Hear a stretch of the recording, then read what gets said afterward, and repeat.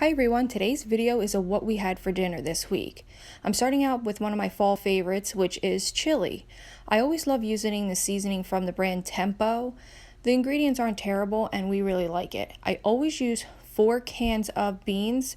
I like light red, dark red, kidney beans, and I use 1 can of chili, a pound of hamburger, and we serve ours over noodles, so like a chili mac. I start off by grounding up my ground beef. I drain all that fat, and then I start adding my ingredients. My chili is so easy to make. It's basically a dump and go kind of chili. You can add anything you want to chili. In my opinion, corn, bell peppers, anything would be good because it all sort of marries and tastes the same.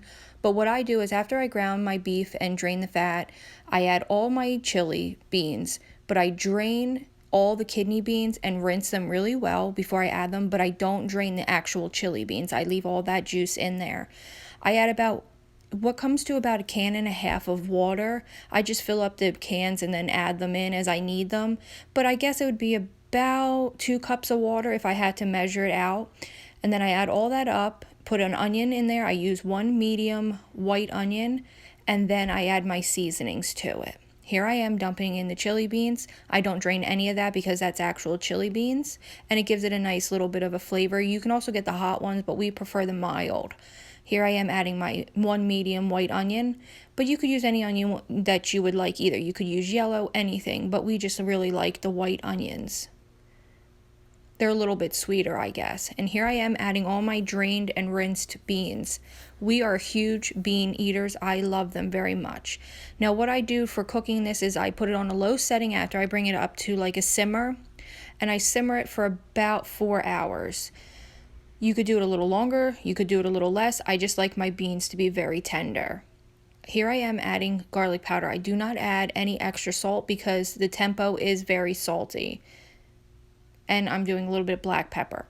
Now I add 2 boxes of the Tempo, but you definitely don't need to. You could do, here I am adding a little water. You could add a half a box, 1 box, 1.5 boxes, anything that you prefer, because basically your chili is cooked here. You could definitely taste it if you needed to. It's just the beans are going to be hard. But here I am adding 2 boxes because we really like a lot of flavor in our chili, and this was a lot of chili. This lasted us 3 days for meals. Which is a lot for us, but you can eat chili all week long. It's just never gets worse. It always gets better the longer it sits, in my opinion. I feel like chili's always better the next day. But here I am just getting it all stirred up, and I'm going to simmer it for 4 hours, and I'll show you what it looks like. One other thing I wanted to mention is we really, really like our chili thick. I know some people like theirs more soupy. I guess it's all personal preference. So if you like yours a little more thin, you definitely could add more water or chicken broth, whichever you prefer. And like I said, I always serve this over some type of noodle, more like a chili mac. It's just the way we like it. And then I always add a little bit of crackers, and this is after about 4 hours. It's nice and thick, and my husband had already dug in, so there was a little less in the pot, but boy, this is so good. The other way, it rotates the video. On to one of our other staples in the fall, a ham and cabbage meal. We absolutely love and have grown up eating ham and cabbage and potatoes.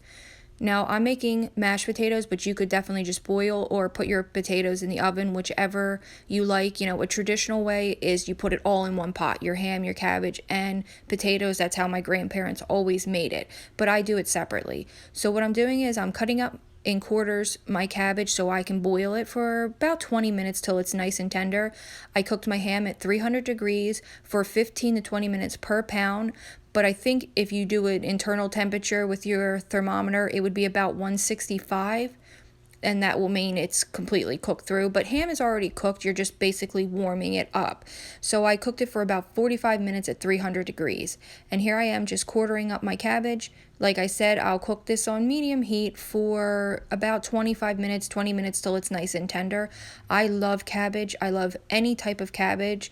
In the holiday seasons, I'm the one who always makes Hungarian stuffed cabbage. That's my job. That's what I bring to dinners, and I absolutely love it, and I can't wait to show you how I make it around the holidays.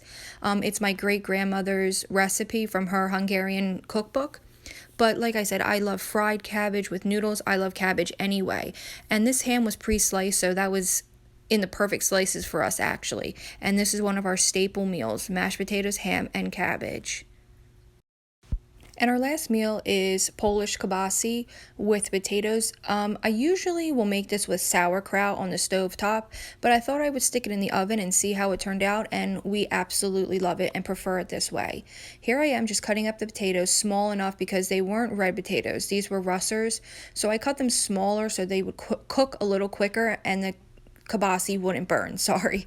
So I cut them in tiny bite-sized pieces, and I put my oven on at 400 degrees. And this took about maybe 45 minutes. And I cut up about, I'm going to say 5 potatoes. And I think it looked like there was more because I cut them so small. But boy, this meal was delicious. And I seasoned the potatoes with just the onion soup mix. And that gave it enough flavor for us. And a little bit of olive oil. And here I am cutting up my white onion.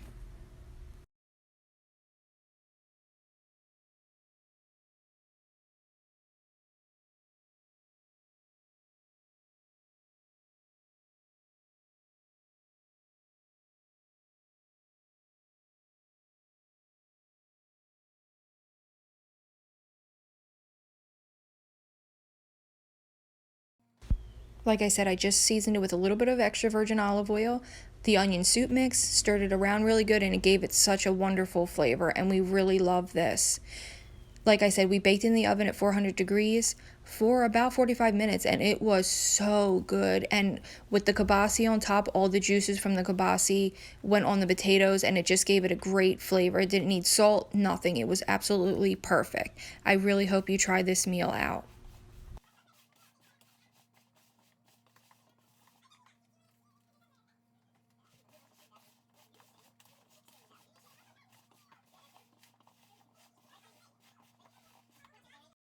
If you wanted to stick this on a cookie sheet, you absolutely could. I just always use my glass dish for everything.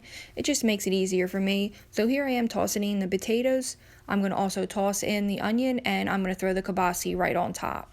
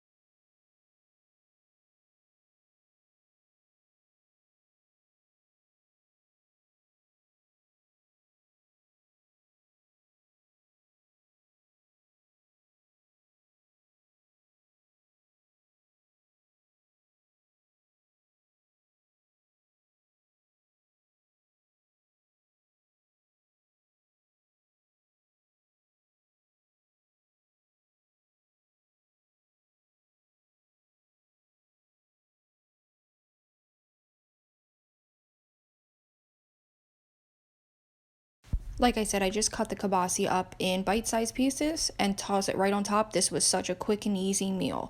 Thank you so much for watching this What's for Dinner this week. I really hope you enjoyed. I know it's only 3 meals, but these lasted us. We were able to have leftovers for the chili, so that lasted us quite a while.